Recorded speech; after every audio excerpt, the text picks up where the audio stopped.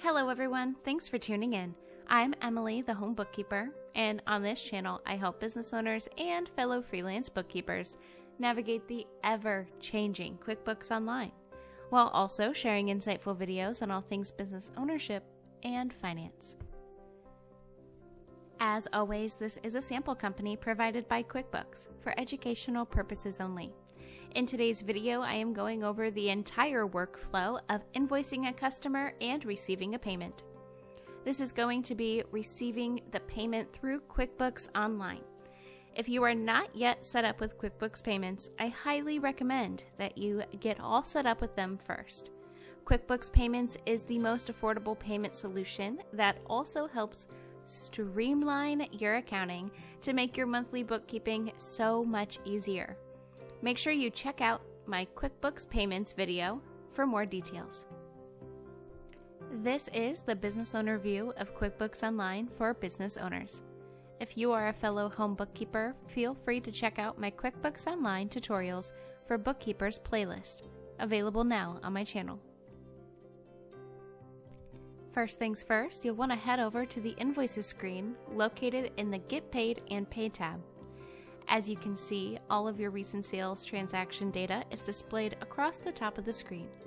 Invoices that are overdue and recently paid invoices.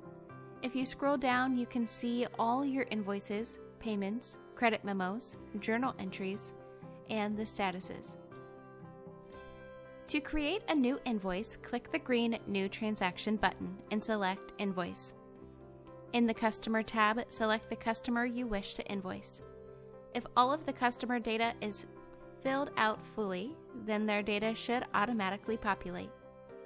If this is a new customer, click the New Customer button at the top of the drop-down and enter in the customer data. I have a tutorial on how to enter customers and vendors available now on my channel.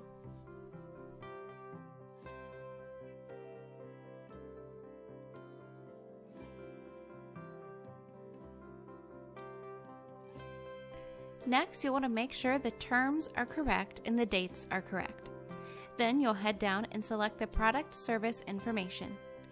Write a short description. This too may be automatically populated if you have entered a description during the inventory setup. Select your quantity, rate, and total amount. Also, don't forget to select if tax needs to be calculated or not.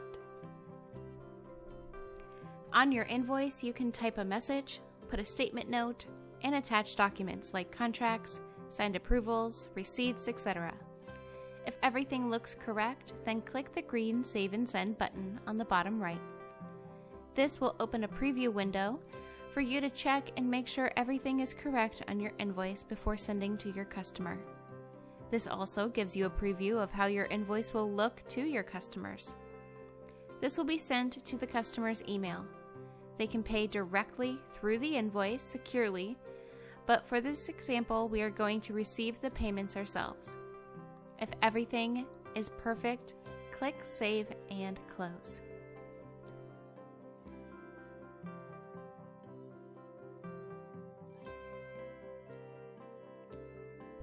Now, to receive your payment on the invoice, simply enter the invoice.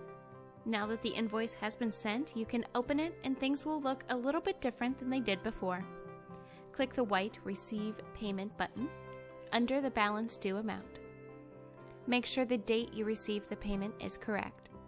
Select the payment method. Enter a payment reference number. If I have a check, I like to enter the check number here. And we will leave the deposit account as undeposited funds. The account will switch once the deposit clears the bank and the payment is matched to the deposit in the bank feed. For this example, I am showing you how to receive a partial payment or a deposit. This is how you will record partial payments. It's not much different than receiving a whole payment, just the invoice will have a remaining balance due. You will want to record partial payments if you are receiving partial payments for things like deposits on hotels, B&Bs, or even rental properties. Job draws if you are a contractor or a builder, landscape project deposits, etc. Once you enter in your payment received amount and selected the invoice you wish to apply the payment, you can click the green Save and Close button. Now, to close out the invoice and apply the next or final payment, just go back into the invoice and do the same process. Select payment method, check date, check number, fill out the amount, make sure the invoice is checked, and once finished, click the green Save and Close button.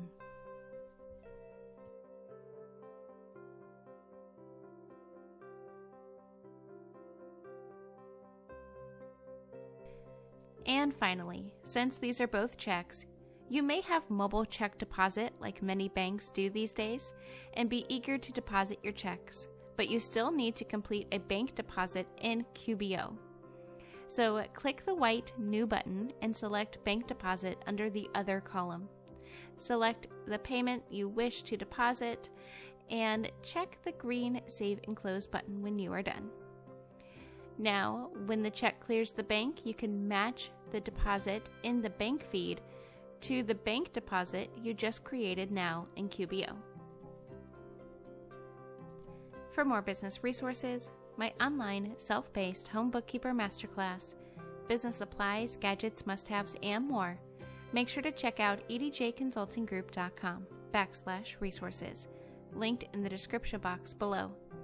And of course, like this video, subscribe to my channel, and turn on those bell notifications so you'll never miss an upload. If you have any video or tutorial requests, make sure to leave them in the comments below. And for even more behind-the-scenes content of life as a home bookkeeper, feel free to follow me on Instagram @EmmaDawn and connect with me on LinkedIn.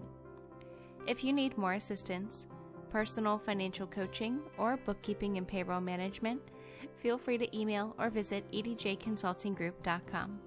My firm is fully inclusive and ready to help you along wherever you may be in your entrepreneurship or personal wealth building journey.